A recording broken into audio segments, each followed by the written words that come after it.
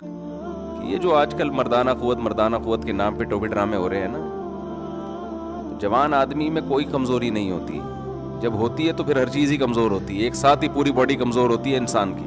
اس لیے یہ ٹوٹکے موٹکے اور یہ اوٹ پٹانگ چیزیں کھانے کی ضرورت بولو نہیں ہے کہ جی یہ کھا کے پتہ نہیں تو 8 شادیوں کی طاقت پیدا ہو جائے گی، 16 شادیوں کی طاقت. بکواس ہے، سب فضول باتیں ہیں. جب تک چل پھر رہے ہو، بول رہے ہو، آنکھیں صحیح ہیں، کان صحیح ہیں، سونگنے کی طاقت صحیح ہے، ہضم کرنے کی طاقت ہے، تو ساری طاقتیں ٹھیک ہیں. جب کمزور ہو گئے تو ایک ساتھ ہی ہو گئے سارے، سب کچھ ساری کمزوریاں ایک ساتھ ہی پیدا ہوتی ہیں. تو جب تک باقی باڈی ٹھیک ہے تو باقی بھی ٹھیک ہے. الگ سے پتہ نہیں کیا کہ لے کے نسخے کھا رہے ہوتے ہیں، دوائیں کھا کے اپنے آپ کا بیڑا غرق کر رہے ہوتے ہیں. اس میں وہم زیادہ ہے لوگوں کو، اور اللہ نے ہر مسلمان میں 4 کی طاقت رکھی ہوئی ہے معذرت کے ساتھ. اس کے لیے کوئی بہت زیادہ ایکسٹرا کوئی صحت کی ضرورت نہیں ہے. مرد کو اللہ نے عورت سے زیادہ پاورفل بنایا اس معاملے میں. تو مرد ہی کیا ہے جس میں پاور عورت ہی کے برابر ہو. ایک عورت کے لیے ایک مرد کافی ہے، تو ایک مرد کے لیے بھی ایک عورت کافی ہے. تو دونوں میں کوئی فرق ہوا پھر؟ تو آدمی کس بات کا ہے بھائی تو؟ باقی کریں نہ کریں وہ آپ کا ہیڈیک ہے، وہ میں الگ ٹاپک ہے. وہ تو میں پہ سوسائٹی کی جو ضرورت ہے، معاشرے کی ضرورت ہے، بیوہ طلاق یافتہ، وہ تو میں اس پہ بات کرتا رہتا ہوں. لیکن یہ جو آج کل ہے نا کہ کمزوری، یہ ایسے نہیں ہے ایسے جیسے لوگوں نے سمجھ لیا ہے. سب صحت مند ہی ہیں. ہاں کوئی خدا نخواستہ کوئی شوگر کا مریض ہے، کوئی ایکسٹرا کوئی بیماری ہے اس میں، تو ایک الگ بات ہے. جب تک آپ نارمل ہیں تو سب کچھ نارمل ہے. اس کے لیے حکیموں کے پاس، جو جعلی حکیم ہوتے ہیں نا، ان کے پاس مت جایا کرو، وہ بیڑا غرق کر دیں گے. جو پراٹھے ہضم کر رہا ہے نا، روٹی ہضم کر رہا ہے، گوشت ہضم کر رہا ہے، تو اس کا مطلب صحیح ہے، ٹھیک ہے. باقی نفسیاتی مسائل ہوتے ہیں لوگوں کے ساتھ، اس کو وہ اب ایک آدمی کو غلط کاریوں کی عادت پڑ جائے. لوط علیہ السلام کی قوم کو لڑکوں سے بدفعلی کی عادت پڑ گئی تھی، تو ان کی عورت میں رغبت ختم ہو گئی، بیوی میں رغبت ختم ہو گئی.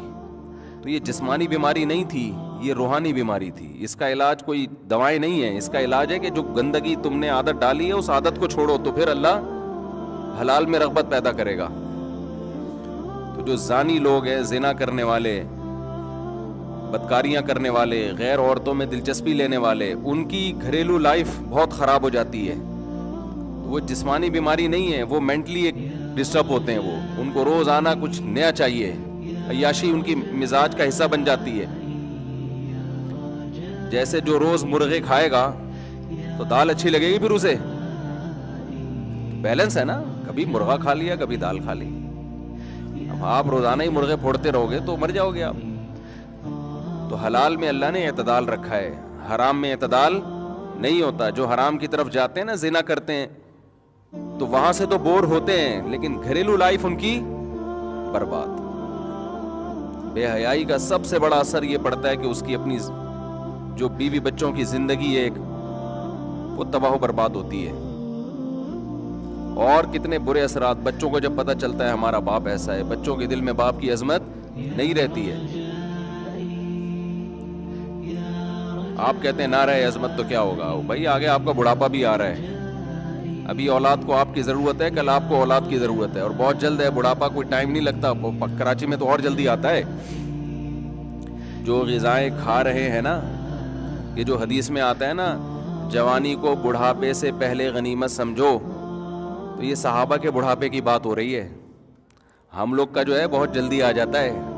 ہمیں تو ابھی سے غنیمت سمجھنا شروع کر دینا چاہیے. دیکھو 63 سال کی عمر میں رسول اللہ صلی اللہ علیہ وسلم کے چند بال سفید تھے، چند بال. صحابہ کہتے ہیں گنے جا سکتے تھے.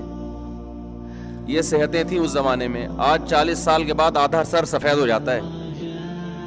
ہوتا ہے کہ نہیں ہوتا؟ 40 سال کے بعد ہی یہاں درد وہاں درد. آج میں صبح اٹھاؤں تو میری گردن ادھر کو مڑ رہی تھی، ادھر مڑ نہیں رہی تھی. بڑی مشکل سے موڑی ہے میں نے. تھوڑا سا تکیہ آڑا ترچھا ہو جائے تو صبح بندہ بھی آڑا ترچھا ہوتا ہے.